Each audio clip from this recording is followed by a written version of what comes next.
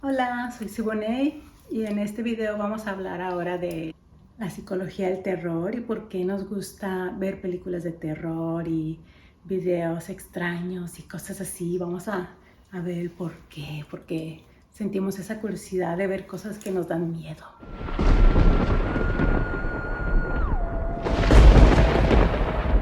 Vamos a analizar el por qué nos gusta ver películas de miedo o estar en situaciones de terror.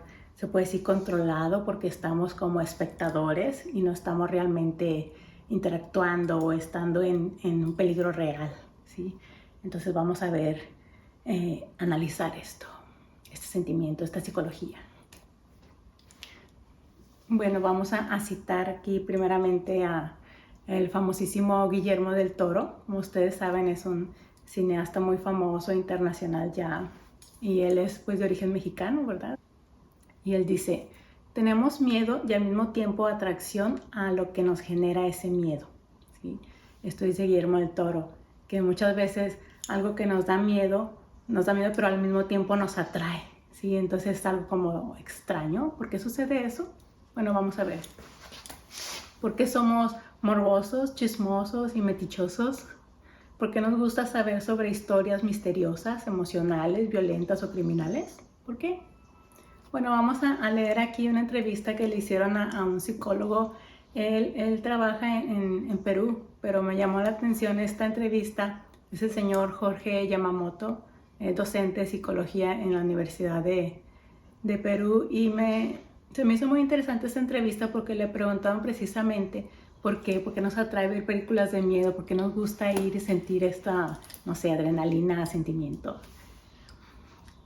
Y bueno, el psicólogo dice: a un nivel primitivo, el ser humano necesita tener información de manera directa o indirecta que pueda ser útil para que en una situación similar eventualmente te pueda ayudar a prevenir. Dice, estas películas, o sea, las películas de miedo o terror, generan una activación de los sistemas del estrés, lo cual hace que se acelere el ritmo cardíaco y estés en estado de alerta para enfrentar el peligro. Esto se debe a que los seres humanos tenemos neuronas espejo, y cuando vemos especialmente el sufrimiento de otro, se activan y es como si nosotros lo estuviéramos viviendo. Lo más interesante es que después de sobrevivir a ese gran riesgo, el sistema nervioso va a generar neurotransmisores de alivio y placer, lo cual produce un efecto positivo en la persona.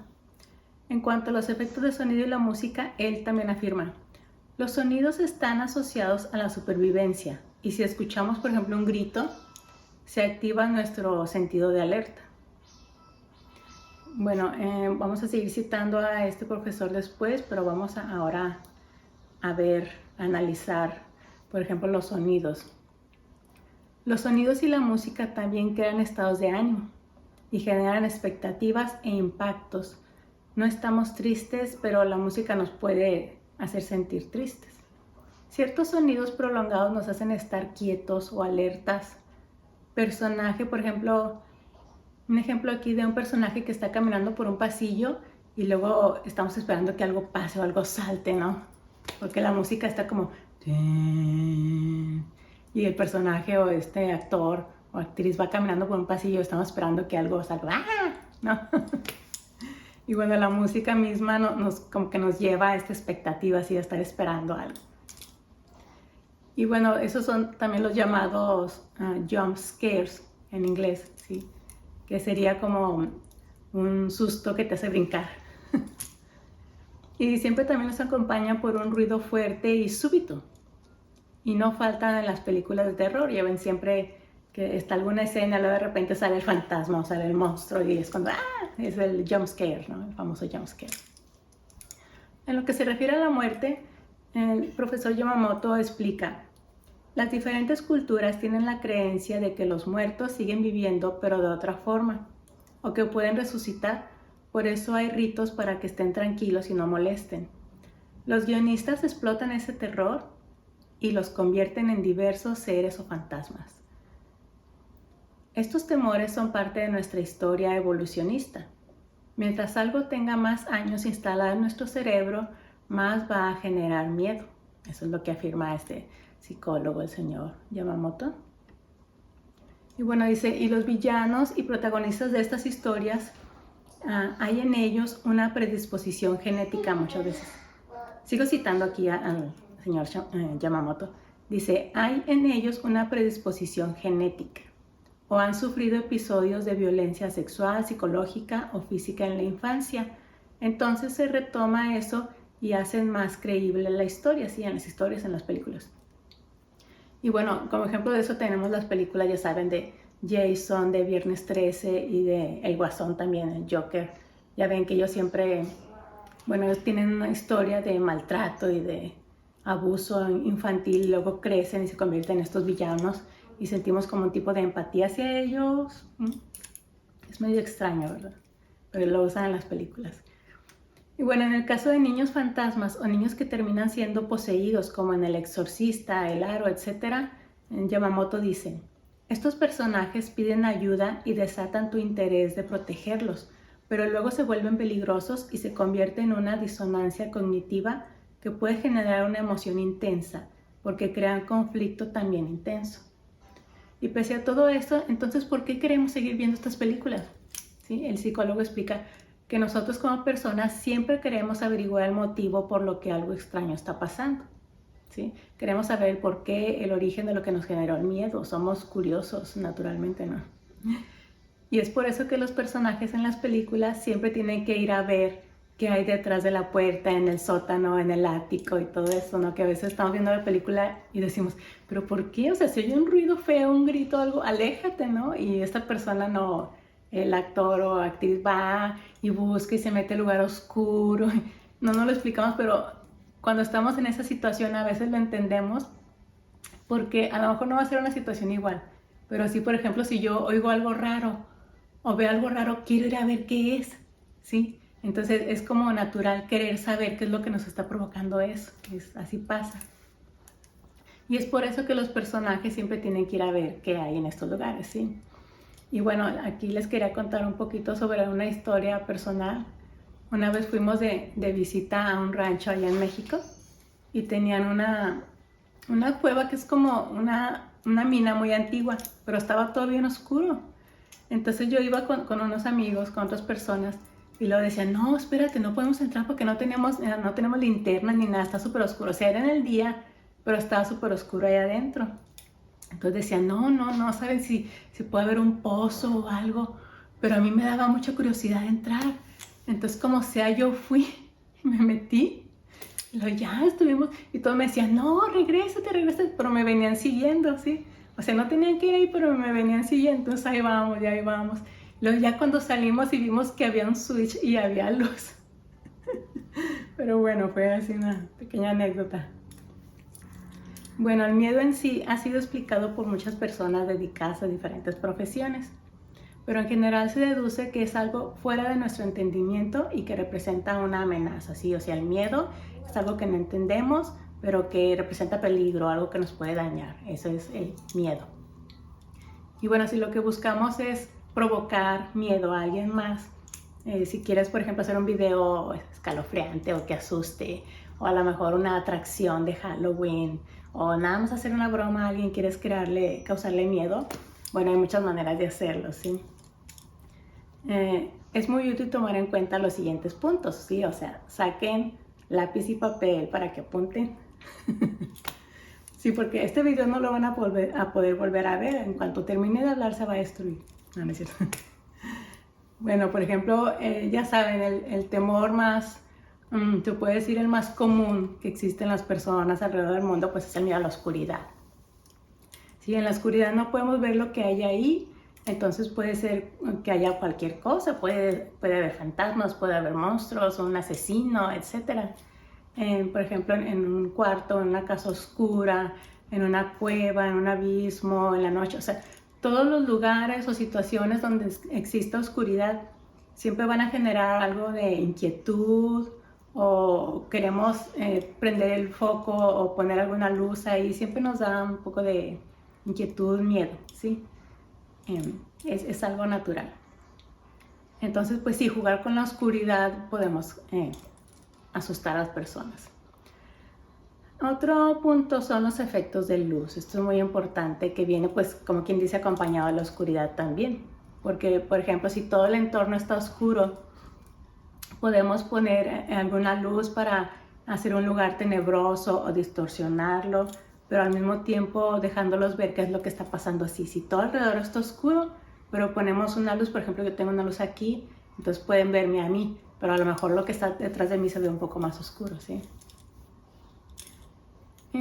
Bueno, los efectos de luz pueden crear también dramatismo y contrastes, pueden crear ambientes cálidos usando lo que es la luz amarilla o naranja, y también ambientes fríos usando la luz azul en diferentes tonos. No sé si han visto estos, creo que en Amazon Prime Video hay una serie que se llama Evil, que siempre la estoy platicando a mis amigos. Trata de cosas paranormales y así, y ellos usan, pero muchísimo, si se fijan, los contrastes en la luz, en tonos azules y tonos naranjas, amarillos, cálidos, y pues para generar lo que es esto, lo que son los lugares que son como tenebrosos o misteriosos, los ponen con oscuridad y luces azules, y los lugares donde están las personas o que es un lugar más feliz o más cálido, usan las luces amarillas o naranjas o incluso tonos dorados. Y así usan muchas películas, muchas series, si se fijan, usan muchísimo estos contrastes de luz para generar ya sea frío, calor, algo malo, algo bueno. Es el sentimiento que nos da, que nos genera. Bueno, también podemos poner la luz desde abajo, creando un efecto siniestro en los rostros de las personas. Por ejemplo, así pongo la luz y pueden ver mis facciones como que se alargan, y detrás las sombras son alargadas. La luz desde atrás, para no revelar la apariencia de los individuos, también se usa mucho en películas de miedo, ya que al verlos de frente pues solo vemos como una sombra, ¿sí? Porque la luz viene detrás, entonces todo esto queda oscurecido. También se usa la sobreexposición de las escenas, ya sea en la oscuridad o en la luz, ¿sí? Para verla como que muy blanca. Podemos decir que es como que un ángel o un espectro así lleno de luz. Y también se usa lo que es la saturación de un color en específico, como el color rojo, todo rojo, o todo morado, o todo verde, ¿sí? Y pues genera miedo, angustia, que todo se ve así. Otro punto con el que podemos generar miedo son cosas extrañas, ¿sí? Los extraños. Como no los conocemos, no tenemos la certeza de si son buenas o malas personas, o si sus conceptos de lo que es bueno y es malo sean iguales a los nuestros. Entonces preferimos alejarnos y guardar nuestra distancia con las personas extrañas. Y siempre cuando estamos en una situación con muchas personas o en público, por lo general buscamos similitudes para sentirnos más tranquilos. También cuando estamos con personas que no son de nuestra familia o amigos o conocidos, tendemos a agruparnos con personas similares a nosotros. Fíjense, esto es muy curioso, pero sí pasa mucho, que estamos a lo mejor en un grupo de personas que apenas conocemos, y siempre tendemos a, por ejemplo, yo vivo aquí en Estados Unidos, pero si escucho que alguien habla español por ahí, yo me acerco, ¿sí? No quiere decir que sean mexicanos como yo, pero por el hecho de hablar el mismo idioma, como que me acerco más a ellos. Y no quiere decir que yo rechace a americanos o asiáticos o otras razas, pero no sé, como que me voy a sentir más a gusto hablando el mismo idioma, ¿verdad? Obviamente. Pero también algo muy raro que pasa es que también las personas se tienden a agrupar con otros que tienen apariencia física similar, fíjense, y que tienen creencias y convicciones similares. O sea, todas las cosas que sean similares a las nuestras creencias, nuestra apariencia física, la manera de vestirnos, el lenguaje que hablamos, todo eso nos hace que nos acerquemos como grupo. Y es algo muy curioso, pero pasa naturalmente. Y bueno, muchos estudiosos dicen que es como se explica el racismo, ¿sí? Porque tendemos no lo hacemos conscientemente, pero de alguna manera rechazamos a las cosas que son diferentes a nosotros y también a las personas. Entonces, por eso dicen que pues el racismo en cierto modo es algo natural que ocurre. No quiere decir que sea bueno, ¿verdad? O moralmente bueno, pero es algo que sucede naturalmente. Por eso es tan difícil erradicarlo. Y pues sí, hay que ser más racionales que que hacer caso muchas veces a nuestros instintos, porque eso nos aleja a lo mejor muchas veces de oportunidades o de personas que pueden ser muy buenas para nosotros, y no porque sean diferentes quiere decir que nos van a afectar de manera negativa ni nada. Bueno, otra cosa que entra en lo que es el tema de los extraños son pues los extraterrestres, ¿sí? Seres de otros planetas o de otros universos o galaxias. Y bueno, esto también se ha usado en películas de terror como ya ven Slenderman o la película Ed con Pennywise, ya ven que él es de otro planeta también. Y pues como vienen de otro lado muy lejano, pues obviamente nos genera miedo porque no sabemos qué va a pasar o qué van a hacer. Y obviamente en estas películas pues sí resulta que eran personas o seres malignos, ¿verdad? Otro punto que también genera miedo son los movimientos extraños. Esperamos que un objeto, persona o animal se mueva de cierta manera, según las experiencias que hemos tenido a lo largo de nuestra vida. Observando nuestro entorno. Cuando algo o alguien cambia su patrón de movimientos, nos genera intranquilidad, pero a la vez curiosidad. Si, por ejemplo, si vemos a un bicho que se mueve muy extraño o algo, o sea, nos quedamos viendo, no nos vamos luego, pero como que queremos ver, o sea, ¿qué es eso? ¿Por qué se mueve así, verdad? Nos da curiosidad. Pero si esto es algo muy grande, pues sí nos genera más miedo que curiosidad. Otro punto son las ausencias. Un cineasta también de películas de miedo, pues no estoy segura si fue Guillermo del Toro o Alfonso Cuarón, no me acuerdo quién fue el que en una entrevista, más que lo estuve buscando y no lo encontré, estaba comentando que este punto, las ausencias, son muy útiles a la hora de generar miedo en las películas o en las historias. ¿Pero a qué se refiere lo que son las ausencias? Bueno, es algo que se supone que debe estar en un lugar, pero no lo está. Y pueden ser cosas o personas, ¿sí? Vamos a ver qué tipo de cosas son las que podemos usar en esto de las ausencias. Por ejemplo, un cuarto sin ventanas o puertas, ¿sí? Si tenemos una escena o una situación pasando en un lugar o en una casa, en un cuarto donde no hay ventanas ni puertas, se siente como angustia, si ya de por sí, ya dependiendo de lo que vaya a pasar en la escena, ya empezamos sintiendo angustia. Y una cocina sin estufa o un lugar para calentar cosas, como que se siente extraño. Si, por ejemplo, si vamos a un consultorio, se fijan que tienen tal vez como gabinetes, pero pues no tienen estufa, ¿verdad? Entonces es la diferencia, como que nos sentimos en un lugar como si fuera un hospital o un consultorio o algo, pero es una cocina, entonces es extraño, ¿sí? Por ejemplo, un baño sin lavamanos, que nomás tiene ahí un excusado. Un desierto o un mar abierto es como nos genera también este miedo porque no sabemos si alguien nos puede ayudar o vamos a estar solos si nos pasa algo, ¿sí? Un abismo o un acantilado, o sea, es típico en ciertas películas que están en una pelea o están corriendo y luego de repente, obviamente hay un acantilado, ¿sí? O un abismo, alguien se va a caer, están peleando y no, aparte de que nos genera angustia ver la pelea, nos genera más angustia o más miedo de que el peligro que se vayan a caer, ¿sí? Entonces poniendo esto, pues obviamente hacemos la escena más terrorífica. Y bueno, todo esto nos genera mucha inseguridad, intranquilidad, y todo esto junto pues hace que nuestro miedo aumente.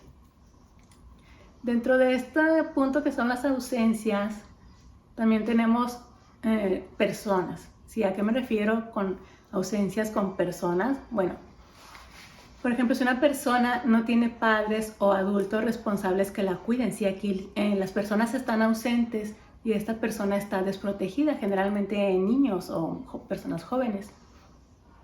Puede ser que una persona sin casa, una persona sin amor, ni amigos confiables, una persona sin ropa suficiente, sin zapatos, sin pantalones, sin abrigo. Fíjense que, por ejemplo, a mí siempre me pasa que tengo una pesadilla recurrente de que estoy, por ejemplo, en un camión, como que voy a la escuela, y estoy en un camión muy sentada y luego me siento como inquieta y luego me veo y no traigo pantalones. Y me empiezo a sentir así como mucha inseguridad, mucho miedo. Sí, o sea, este tipo de ausencia, no sé por qué, o sea, aparte de vergüenza, pero genera como miedo, como inseguridad. No sé si les ha pasado. Bueno, por ejemplo, también no trae zapatos y está la persona en un lugar que tiene mucha basura o en un terreno muy desnivelado, algo así, o que se puede cortar. O sea, son como cositas encima de otras cositas que nos van a generar más miedo, ¿sí? Del que se suponía que íbamos a tener en una escena. Por ejemplo, otra cosa que son las ausencias en las películas son las amputaciones, ¿sí? Miedo a perder una parte importante del cuerpo. Esto yo lo vi mucho en la película de Saw, ¿sí? S-A-W, esa película. Creo que sí le ponen el juego del miedo en español. Ya ven esta marionetita en el triciclo que hace estos juegos locos con las personas y que se tienen que cortar el pie o se tienen que cortar la piel y cosas así. O sea, ese tipo de miedo de perder una parte del cuerpo es muy terrorífico, ¿sí? Porque no ves la manera de que lo puedas recuperar en estas situaciones y es muy angustiante, las mutilaciones. Una persona sin cabeza también, sin rostro, sin boca. A mí me pasó una... Perdón por estar contando tantas cosas personales, pero sí me han pasado muchas cosas. Aquí en lo que es en personas sin cabeza. Un día yo fui a una tienda, no me acuerdo si fue Soriana, Walmart o qué tienda fue, una tienda de autoservicio, ¿sí? Entonces estaba en el área de ropa. Yo iba caminando con mi carrito, ya saben. Y entonces vi a esta persona que venía caminando para conmigo, pero no tenía cabeza y se iba moviendo y sentí un terror así de esas veces como que en un segundo te ataca un pánico, me quedé hasta paralizada, así yo creo que hasta abrí los ojos así lo más posible, porque vi a esta persona sin cabeza que venía caminando muy normal, moviéndose, pero al siguiente segundo, o sea, todo pasó súper rápido en mi cerebro, al siguiente segundo me di cuenta que era una persona sosteniendo un suéter así a la altura de su cara. Iba caminando y sosteniendo el suéter como que estaba viendo, no sé, la etiqueta o algo. Pero desde mi perspectiva, o sea, se veía nada más el suéter y se veían las piernas y la persona moviéndose y parecía una persona sin cabeza y me dio tanto miedo que todavía me acuerdo. Ahorita me da risa ya, ¿verdad? Pero en ese momento sí fue como un ataque de pánico así en un segundo y al siguiente segundo mucho alivio porque vi que no era nada. Pero sí, me imagino que les ha pasado una experiencia así loca. Otro punto a considerar cuando queremos causar miedo son los excesos, muchas cosas. Cuando esperamos ver una cierta cantidad de alguna cosa, pero hay mucho más, ¿sí? Por ejemplo, aquí tenemos pues muchas fobias. Tenemos la tripofobia, que es el miedo a los patrones repetitivos, por lo general de agujeritos, muchos agujeritos, como que vemos algo así con muchos pocitos y nos da cosa, nos da ansiedad. Por ejemplo, esto lo usan mucho en los maquillajes de monstruos o lugares o animales con este tipo de patrones que son como muchos hoyitos. Esta es la mentada tripofobia, así que nos da, a lo mejor no es tanto miedo, pero nos da como ansiedad, nos da, no sé cómo expresar el sentimiento. Sientes como que la piel se te eriza al verlo. Debe ser algo, a lo mejor en el pasado había monstruos así y ahora todavía sentimos esa sensación. Pero sí, es así. Por ejemplo, decían que uno de los nuevos iPhones, ya ven que atrás tiene la cámara que tiene como 4 hoyitos. Y dicen que ese tipo de cámaras causaba esta fobia, que es la tripofobia. Quién sabe, ¿será cierto? A mí no me lo causaba. A mí me lo causa, por ejemplo, cuando veo en los peces, en los pescados que tienen aquí las agallas y lo así como que tienen muchos hoyitos, ahí me da cosita. O en los hongos que salen en los árboles también, que abajo tienen muchas rayitas. Sí, no sé si a ustedes les pasa así, pero a mí sí lo veo y me da así cosita. Y bueno, otra cosa en cuanto a los excesos son partes del cuerpo, ¿sí? Por ejemplo, muchos dedos de la mano, muchos ojos o muchas extremidades como, no sé, 3, 4 piernas, 2 cabezas, cosas así. Ya ven que lo usan, por ejemplo, en los circos, personas con 3 piernas o algo así, los mandan a los circos porque a la gente le da mucha curiosidad, mucho morbo ver ese tipo de cosas y pues sí. También genera, se puede decir, miedo ver esto, ¿no? Es otra fobia que se llama caetofobia, si no la han escuchado. Este es el miedo al cabello, específicamente. Se relaciona con un suceso traumático que pasó en tu vida, que tenía que ver con el pelo, con mucho cabello. Es este tipo de fobia. Son cabellos largos sobre la cara, generalmente los usan en las películas, así como en las películas de Ring, el aro. Puede ser pelo muy desordenado, o puede ser un animal o un monstruo cubierto de pelo, como Bigfoot o algo así. Y el pelo por lo general es pelo oscuro y muy largo, con ramas o enredaderas, parece. Me siento identificada.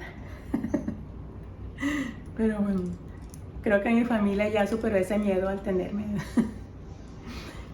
Bueno, otro tipo de fobia que entra aquí en los excesos es la agorafobia, que bueno, es el miedo y ansiedad intensa al estar en lugares donde es difícil escapar o donde no se podría tener ayuda. ¿Sí? Este es el miedo a las multitudes o a los puentes y otros lugares que son como inseguros. Las personas afectadas permanecen en sus casas por periodos prolongados. ¿Se acuerdan la película de La mujer en la ventana? ¿Sí la han visto? Es reciente. O en inglés se llama The Woman in the Window. Y en esta película la persona tiene esta fobia, que es agorafobia. En la película también del monstruo de Cloverfield, no sé si la han visto, es un poco ya más vieja, también usan lo que es el miedo a estar con multitudes y hay una escena donde están en un puente, creo que es en Nueva York donde pasa esto, y están todos en un puente tratando de escapar de este monstruo, pero están así amontonados todos cruzando el puente, entonces el monstruo está en un lado y está el otro, y la gente en medio no se puede mover porque la gente los amontona, los empuja, los apachurra. Entonces se puede decir que este tipo de fobia sucede aquí porque estás en una situación de peligro y no puedes escapar y hay un montón de gente, pero nadie que te pueda ayudar realmente a ti. Sí, también esto lo vimos en la Guerra de los Mundos, que utilizan estas multitudes en los puentes. Otro tipo de miedo que se puede generar en cuanto a los excesos es lo que es el desorden y la suciedad. ¿Sí? En una escena, por ejemplo, cuando hay muchas cosas en el piso o muchas cosas en cualquier superficie, ¿sí? Exceso de cosas y cosas fuera de lugar, o sea, mucho desorden, como por ejemplo cuadros chuecos también, sillas volteadas, cosas rotas o estrelladas, cosas muy sucias, cosas pegajosas o podridas, con muchos insectos. Todo esto, o sea, nos genera como un sentimiento de que es un lugar muy descuidado, de que no hay nadie que te va a atender o nadie que te pueda ayudar. Entonces, por ejemplo, si en una escena ponen a un niño ahí o a lo mejor una mujer joven, entonces podemos adivinar que puede estar en peligro, ¿sí? Eso es lo que nos genera ver estas escenas. O que se va a infectar con algo, o va a pisar algo, o va a tropezarse, en fin, ¿sí? Bueno, otro punto son los insectos, animales y enfermedades. Aquí, bueno, vamos a hablar de lo que son animales que representan una amenaza. Puede ser animales venenosos, animales muy grandes, o muchos animales juntos, o insectos muy pequeños como plagas que se trepan en tu piel, en tu cara, en tu pelo. Y pueden ser insectos muy desproporcionados, que tienen muchas patas, o que tienen una gran cabeza, o tienen como ojos locos. Pueden ser insectos que vuelan o se mueven muy rápido. O también pueden ser enfermedades. Y enfermedades pues son cosas muy chiquitas como bacterias, virus. Enfermedades o un virus mortal. ¿Sí? Una pandemia incontrolable, como estamos pasando en estos años. Años ya. Uy, coronavirus. Bueno. Otro punto que genera miedo en nuestra audiencia pueden ser fuerzas, ¿sí? Fuerzas, algo o alguien que no nos permite movernos, que nos paraliza o nos hace movernos involuntariamente, ¿sí? Algo que nos controla, una fuerza externa. Puede ser también un control mental y psicológico. Puede ser miedo a perder nuestra autonomía y libertad porque esta fuerza nos está controlando. Miedo a gente poderosa también con intenciones desconocidas o maliciosas. Aquí puede ser incluso miedo a al gobierno, a miedo a autoridades, ¿sí? Fuerzas de personas que están en el poder que no podemos controlar y pues ellos sí pueden controlarnos o manejar nuestra vida. Y este es ese tipo de miedo. Y bueno, el último punto que tengo aquí para ustedes hoy son los efectos de sonido y música. Bueno, como ya les decía anteriormente, los sonidos y la música crean estados de ánimo y generan expectativas e impactos.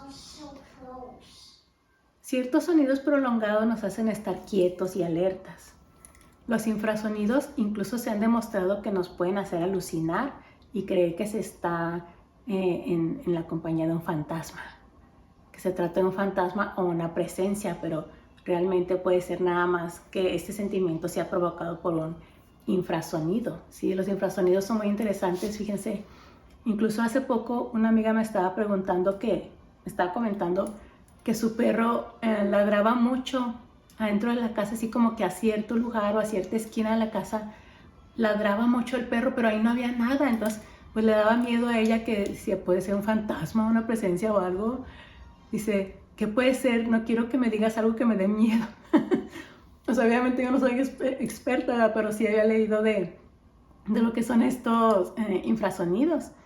Y pues sí, lógicamente los perros y muchos animales tienen un sentido de la audición mucho más desarrollado que nosotros. Entonces muchas veces ellos pueden escuchar estos sonidos que nosotros no. Si ellos los perciben, estos sonidos o estos ruidos, y a lo mejor el perro estaba reaccionando a este sonido. Entonces, por ejemplo, a lo mejor eran hormigas detrás de esa pared o algo que el perro podía oler o escuchar, pero nosotros no. O incluso algo que él veía y nosotros no. Sí, o sea, nuestros sentidos funcionan diferente en los animales. Muchas veces ellos son mejores que nosotros en ciertos sentidos.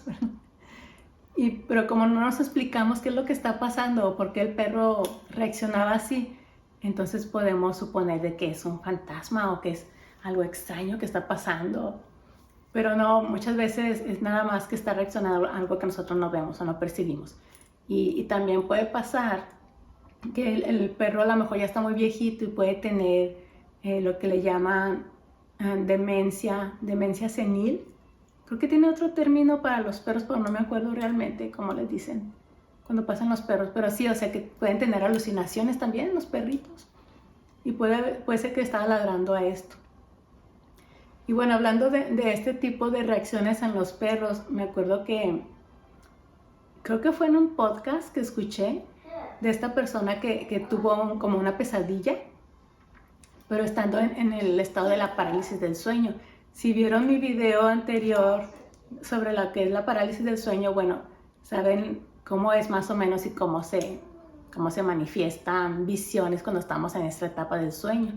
Entonces él comentaba que vio como un espectro o algo así enfrente de su cama y luego se fue alejando hasta que se metió como a un ropero, a un closet. Y su perra estaba ahí junto de él. Y luego ya cuando él despertó, salió de este estado de parálisis, dice que, o sea, ya no lo siguió viendo, pero que su perrita sí reaccionó a esto, o sea, como si realmente sí existiera, porque él dijo, entonces no es un sueño, porque mi perrita sí está reaccionando y estaba ladrándole a ese mismo ropero.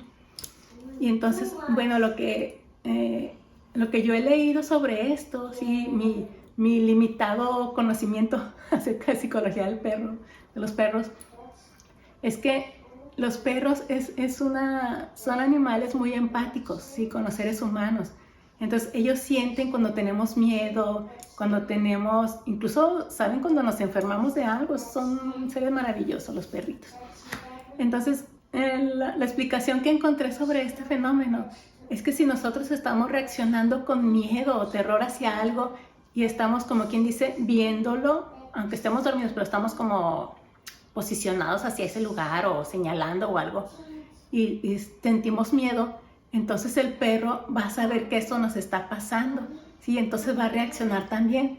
Entonces esta otra cosa yo también creí que era un mito, pero resulta que no, de que cuando sentimos miedo generamos un olor que nosotros no lo sentimos, pero los perros y otros animales que tienen un sentido del olfato más desarrollado sí lo pueden oler. Son como una especie de feromonas. que nosotros emitimos cuando sentimos miedo. Y esto es real. Es mi hijo jugando videojuegos en el otro cuarto. Y bueno, les decía, o sea, este tipo de cosas sí son reales. Entonces yo antes era muy escéptica a este tipo de cosas porque decía, ay no, son cosas de viejos, son mitos. Pero ya investigando, sí, o sea, resulta que es cierto que cuando sentimos miedo emitimos este tipo de olor y ciertos animales lo pueden percibir. Entonces aquí, cuando la persona tenía mucho miedo y estaba viendo o señalándose cierto lugar, el perrito sintió eso y se dio cuenta, entonces por eso se puso a ladrarle. Pero pues esta es la explicación, no necesariamente tiene que ser un fantasma o un espectro. Aunque quién sabe, igual y si era, no sé. Llegamos a la parte final de este video, que es ¿qué hacer para dejar de sentir miedo o terror? Ok, tengo miedo, estoy asustada, estoy en pánico, ¿ahora qué hago? Bueno, hemos caído en la macabra red del miedo y ahora ¿cómo salimos de ella? Primero que todo, hay que ser conscientes de lo que estamos sintiendo, porque la negación no ayuda, ¿sí? O sea, ok, tengo miedo, pero diciendo, ok, no tengo miedo, eso no nos va a ayudar para nada. ¿Sí? Tenemos que ser conscientes de lo que sentimos para de esa manera trabajarlo y salir adelante o superar, ¿sí? Por ejemplo, decir, ok, siento mucho miedo. ¿Cómo se siente en mi cuerpo? ¿Qué es lo que estoy sintiendo? ¿Estoy temblando o mi respiración cómo está? ¿Está agitada? ¿Estoy tensando mis músculos? ¿Puedo controlar mi reacción ante esta situación?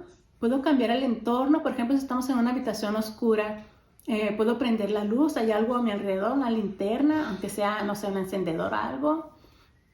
Hay puertas, ventanas, cortinas que puedo abrir y entre la luz, o descubrí que solo era algo oscuro y no era ningún fantasma ni nada realmente. La temperatura, cómo está en el lugar, incluso la altura, la perspectiva donde estamos puede generar ilusiones ópticas o diferentes perspectivas, puede crear, no sé, lugares más oscuros o más iluminados. Entonces tal vez incluso nada más movernos ya nos va a calmar porque vemos el lugar de diferente manera. ¿Puedo alejarme de ese lugar? Entonces hay que explorar todo esto para ver si está en nuestras manos controlar lo que estamos sintiendo, ¿sí? Muchas veces incluso es muy común después de ver alguna película de miedo o alguna serie que se hace de noche y estamos en nuestro cuarto solos y entramos en esa etapa como que empezamos a revivir las escenas y podemos pensar que es algo que realmente puede pasar, o ese fantasma o ese monstruo de la película puede estar en nuestro cuarto, debajo de nuestra cama. Entonces, bueno, tal vez nos pasa cuando somos niños o más jóvenes, ¿sí? Que incluso nos tapamos con las cobijas aunque estemos sudando, pero tenemos mucho miedo, no queremos destaparnos. Entonces, bueno, estando en esta situación, hay que pensar, hay que relajarnos, hay que controlar nuestro miedo. Bueno, muchos dicen que hay dos opciones, ¿sí? Una es dejar que el miedo se apodere de nosotros y pasar como por este proceso del miedo hasta que lo superamos o hasta que termina. Y otra es tratar de superarlo sin dejar que suceda todo el proceso, ¿sí? Entonces, si decidimos dejar que el miedo se apodere de nosotros, dejar que llegue este sentimiento, pero siendo conscientes de él, ¿sí? Por ejemplo, tengo miedo, ok, ¿cómo está mi respiración? ¿Cómo están mis músculos? ¿Puedo prender la luz o no? ¿Qué puedo hacer? Y dejar que todo suceda como un proceso, ¿sí? Ya dejé que sintiera miedo, ya pasé por eso, entonces dejando que el miedo pase por sí solo, la siguiente vez que veamos esta escena o este monstruo, lo que sea, ya se puede decir como que nuestro cerebro lo asimiló y ya podemos superarlo más fácilmente. Si las siguientes veces que veamos lo mismo, vamos a poder superarlo más fácilmente. Si nos vamos por la opción de querer superarlo más rápidamente, bueno, incluso hay hasta ejercicios de respiración para aclarar nuestra mente y enfocarnos y calmarlos, ¿sí? Yo tengo una amiga que ella es maestra de yoga y ella recomienda mucho este tipo de ejercicios de respiración. Por ejemplo, cuando estamos muy nerviosos o tenemos miedo de algo, funciona hacer ejercicios de respiración para calmarnos. ¿Sí? Y sí funciona, la verdad, yo lo he hecho y sí funciona muy bien. y sí nos ayuda a calmarlos, y luego ya después que estamos más calmados ya podemos hacer alguna acción, como les digo, prender la luz o esto, salir, abrir ventanas, todo eso. Pero tenemos que calmarnos primero y para eso controlamos la respiración.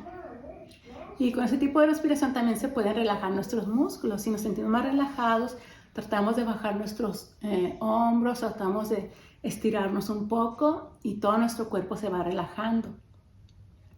Es posible también repetir la experiencia hasta que nos desensibilicemos. Y como les decía, volver a ver esta película o este show o esta historia que nos hizo tener tanto miedo, después de un tiempo volver a verla y ya no sentimos lo mismo. Decimos a veces hasta, ¿qué? ¿Esto es lo que me da miedo? ¿De veras? O sea, sí, eso puede pasar. A mí me ha pasado. Por ejemplo, de niña me daba mucho miedo, no sé, la película de Poltergeist. Y luego ya después de unos años la volví a ver y así de que, ay, de veras, esto me da miedo. Ay, qué tonta era. Pero sí, o sea, muchas veces son miedos irracionales y ya si los analizamos nos damos cuenta de que pues no teníamos razón por qué estarnos asustados. Pero pues es como reaccionamos. Y bueno, por último, ya antes de que se acabe este video, porque ya me lo va a acabar, les quería dar un tip para no sentir miedo, específicamente para no tener pesadillas, que a mí me ha funcionado muy bien. Y por ejemplo, después de ver una película de miedo, un show, o incluso leer una historia, lo que sea, que nos dio mucho miedo o que nos dio mucha inquietud, pero no queremos soñar con eso, no queremos sentir miedo cuando estamos en nuestra cama o vamos a dormir. Lo que sirve mucho hacer es justo antes de dormir, repasar en nuestra mente todas estas escenas que nos dieron mucho miedo, repasar qué es lo peor que podría pasar. O sea, esto es un pensamiento, se puede decir malo o negativo, pero sí les aseguro que si lo repasamos en nuestra mente, es como si nuestro cerebro lo asimilara y luego ya no, se puede decir que ya no necesitamos tener la pesadilla para superarlo o pasar esta situación.